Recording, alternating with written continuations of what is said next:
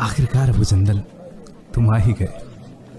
तुमने हमारे अब्बा की बेड़ियों को तोड़ ही दिया। सही कहा, आखिरकार मैं अब्बा की कैद से आजाद हो ही गया।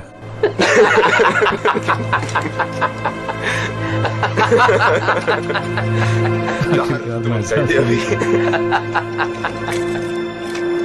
वो मुट्ठी भर लोग ही सही, लेकिन हमारे लिए खतरा बनते जा रहे हैं।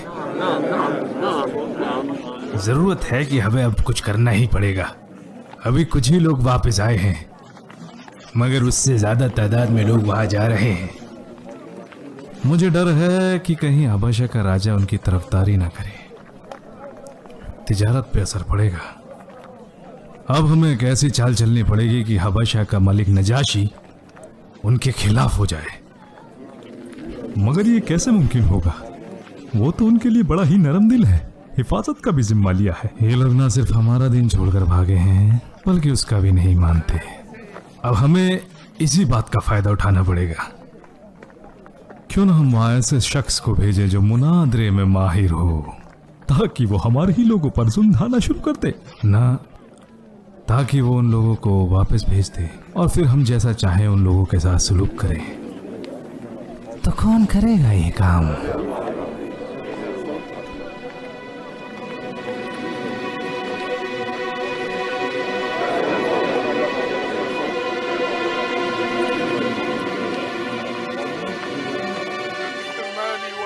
आखिरकार तुम्हारा वक्त आ ही गया अम्र इब्न लास। तुम्हारा वक्त भी करीब है अबू सुलेमान।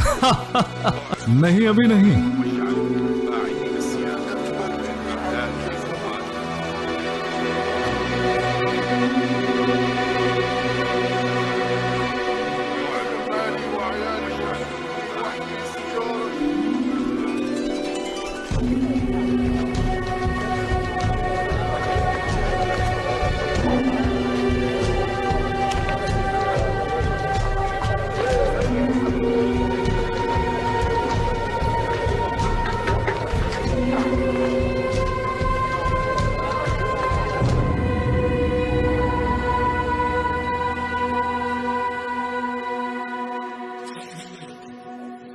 साहिबी अम्र इब्न लास, भाई दोस्तों में कैसी शर्म।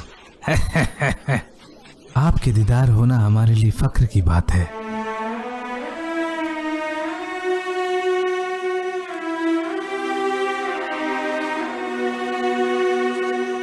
मक्का से लाए हो, हमारी पसंद का ख्याल है तुम्हें अम्र।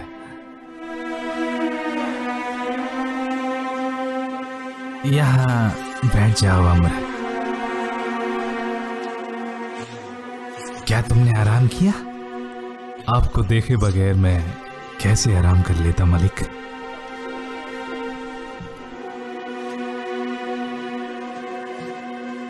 तुम तिजारती हो या मुहाजिर अम्र?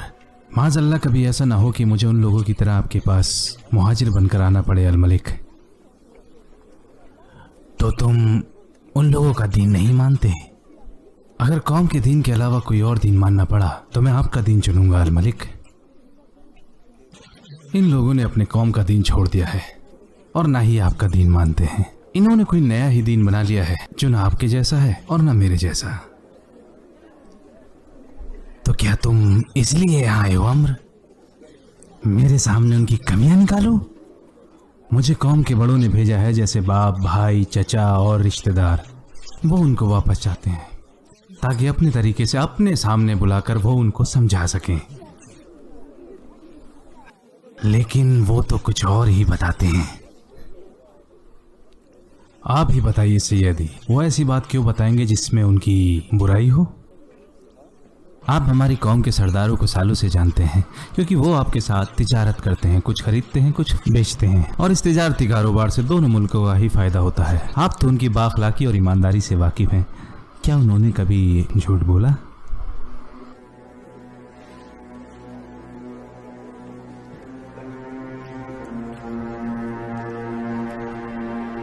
इन लोगों को मैंने पनाह दी और ये मेरे बहुत अजीज हैं। तो अब ये अच्छे से जान लो कि इनके साथ नाइंसाफी नहीं होगी।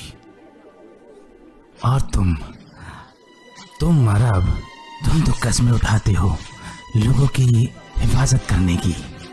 तो जब वहां लोगों के कत्ल हुए तो ऐसे इंसान को तुमने क्यों बिना सजा के छोड़ दिया? तो तुम चाहते हो कि मैं भी सारे उसूलों को ताक पे रख के उन्हें तुम्हारे हवाले कर दूं? कैसे अम्र? हमारी कौम के लोग आपके साथ तब से तिजारत करते आ रहे हैं जब ये लोग वजूद में भी ना थे, और इसी तरीके से हमारे बीच दोस्ती और तिजारत का रिश्ता फला फूला। मगर इन लोगों ने न सिर्फ हमारे बाप दादाओं को नीचा दिखाया बल्कि उनके दीन को भी मानने से इनकार कर दिया, और ये लोग अब उनको कुफ्र और जहालत का सबब समझते हैं। जब तक मैं इस बात की तस्दीक ना कर लूं, ना वल्लाही मैं जब तक उनको तुम्हारे हवाले नहीं करूंगा, चाहे वो सच है या नहीं।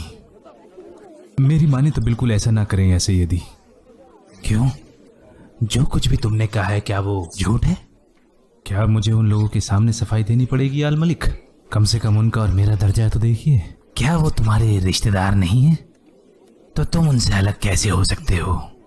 हर कौम में ऊंचे और नीचे दर्जात होते हैं, वो हमारी कौम के सबसे नीचे दर्जे के लोग हैं। ना वल्लाही, तुम्हें अपना मुकदमा पेश करना पड़ेगा। फिर जैसा तुमने कहा मैं उन्हें तुम्हारे हवाले कर दूंगा, लेकिन अगर नहीं कर पाए, वो जब तक चाहें आराम से रह सकते हैं, तो मैं उनकी हिफाजत करूंगा।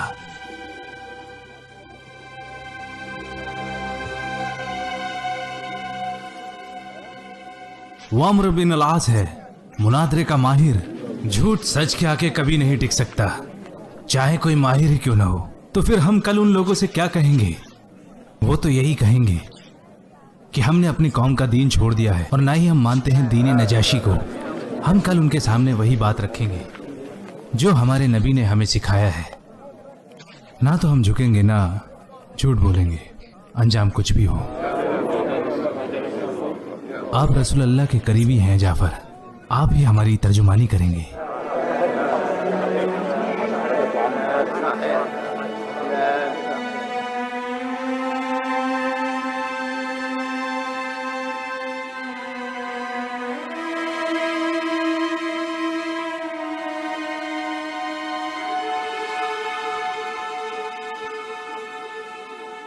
सय्यद अल-मलिक,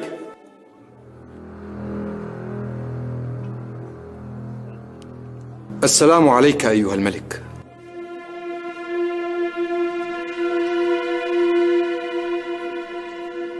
जो भी तुम्हारे दोस्त ने तुम्हारे बारे में कहा तुमने सुना? तो अब बताओ मुझे, ये कौन सा दीन है जिसकी वजह से तुम अपनी कौम को छोड़ आए हो? और ना तुमने मेरा दीन इख्तियार किया है और ना इन मिल्लतों का। अय्युहल मलिक, हम ऐसी कौम थे जो जहालत में मुब्तला थी। हम बुतों को पूजते और मुर्दार खाते थे, बुरे काम करते थे, रिश्तेदारों से ताल्लुक तोड़ते, पड़ोसियों से बुरा बर्ताव करते और हम में से ताकतवर कमज़ोरों को सताता था।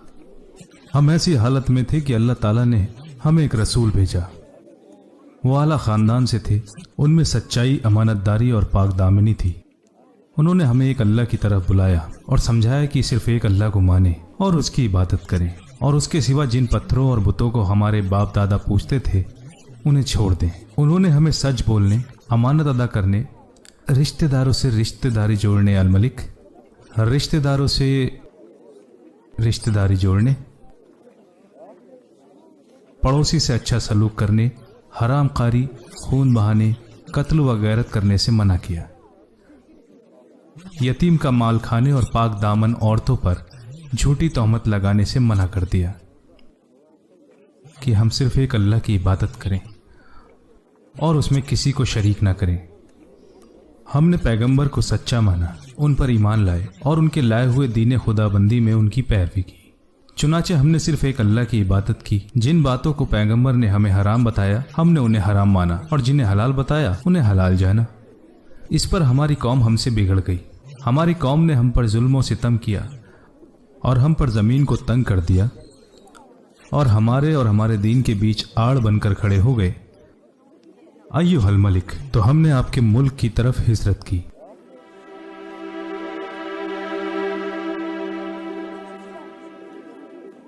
और दूसरे से आपको अच्छा समझते हुए आपकी पनाह में रहना पसंद किया, और हमें उम्मीद है कि ये बादशाह आपके पास हम पर जुल्म नहीं किया जाएगा। क्या तुमको उन पर भेजे कलाम से कुछ याद है? जी हाँ, बिल्कुल। तो पढ़ो मेरे लिए।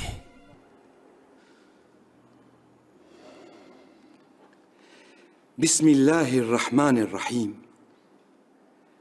या ज़करिया इन्ना नुबश्शिरुक बिग़ुलामिन इस्मुहु यहया लम नजअल लहु मिन क़ब्लु समिया क़ाल रब्बी अन्ना यकूनु ली ग़ुलामुन वकानत इम्रअती आक़िरन वक़द बलग़तु मिनल किबरि इतिया क़ाल कज़ालिक क़ाल रब्बुक हुव अलय्या हय्यिन वक़द ख़लक़तुक मिन क़ब्लु वलम तक शैआ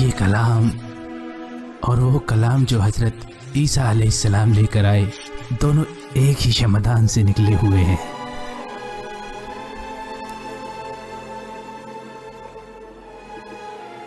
तुम जा सकते हो। वल्लाही मैं हरगिज़ तुम्हें किसी के हवाले नहीं करूंगा। कोई तुम्हारे रास्ते में नहीं आएगा।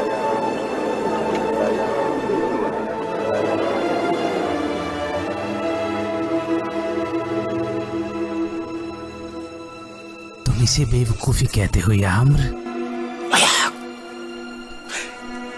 मैं समझता था कि तुम रोशन दिमाग और अक्लमंद हो।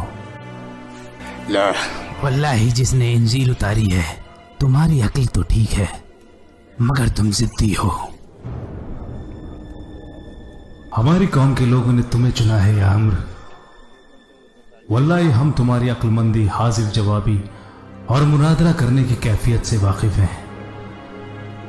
हमें मायूस मत करना।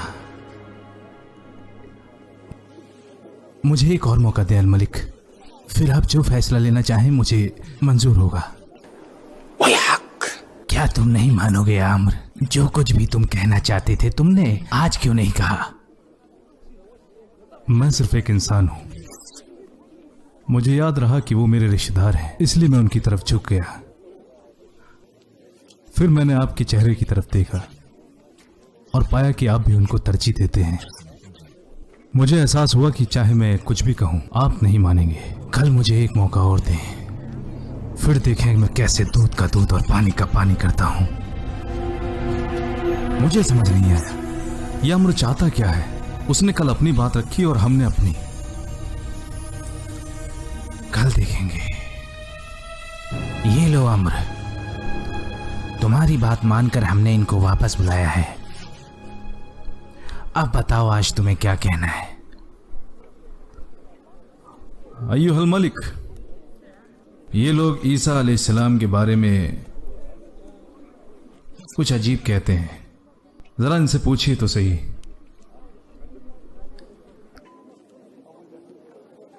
तुमने सुना तुम्हारे दोस्त ने क्या कहा? अपना जवाब पेश करो। वल्लाही हम वही कहते हैं जो हमारे नबी ने फरमाया है। ईसा इब्न मरियम अल्लाह के रसूल थे और उसका वह कलमा है जिसे अल्लाह ने कुंवारी पाक दामन हजरत मरियम की तरफ इल्का किया था।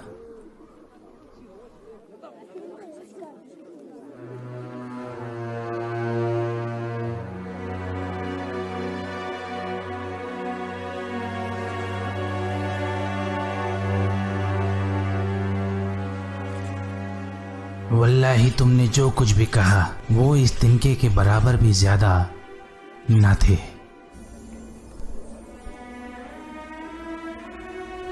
तुम लोग जाओ और यहां अमनो अमान से रहो। जो कोई तुम्हें बुरा कहेगा उसको सजा मिलेगी। मैं एक सोने का पहाड़ लेकर भी तुम मुसलमानों को सताना पसंद नहीं करूंगा।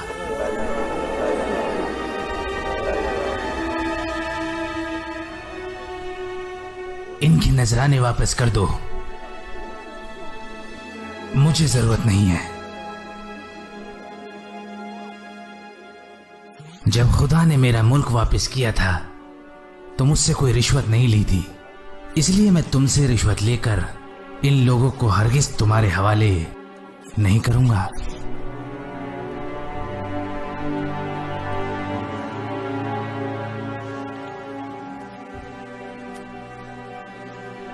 अल मलिकी, आपने हमसे तो जान लिया कि हम ईसा इब्ने मरियम के बारे में क्या कहते हैं। क्या आप एक बार इनसे नहीं पूछेंगे कि इनकी इस बारे में क्या राय है? ये तुम हो अम्र जो ना इनका दीन मानते हो और ना हमारा।